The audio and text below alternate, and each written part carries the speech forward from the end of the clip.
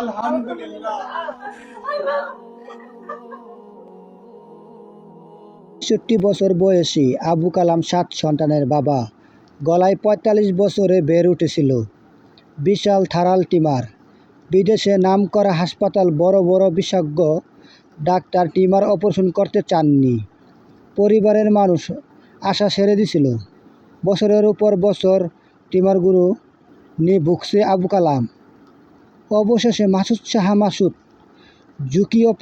ঝুঁকি নিয়ে অপারেশন শুরু করে। খবর পেয়ে তার ছেলে ছুটে এসেছে বিদেশ থেকে। ১০ ঘন্টা অপারেশন হওয়ার পর চাচা যান ভালো আছেন? আলহামদুলিল্লাহ। তিনি চোখ খুলে তাকিয়েছেন। আলহামদুলিল্লাহ।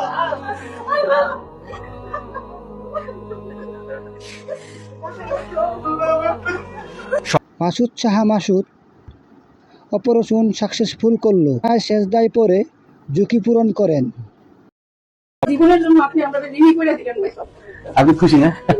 অপারেশন সাকসেসফুল শুনে পরিবার যখন আনন্দে ভাসছিলেন, তখন হাউমাউ করে বাবা বাবা বলে কাঁদছিলেন ডাক্তার বাসুদেব। তিনি তার অভিব্যক্তিতে জানান, আমিও আমার বাবাকে অনেক ভালোবাসি। ৩ মাস হলো বাবা আমাকে ছেড়ে চলে গেছেন পরপারে। একটা বারের জন্য ভুলতে পারিনি বাবাকে।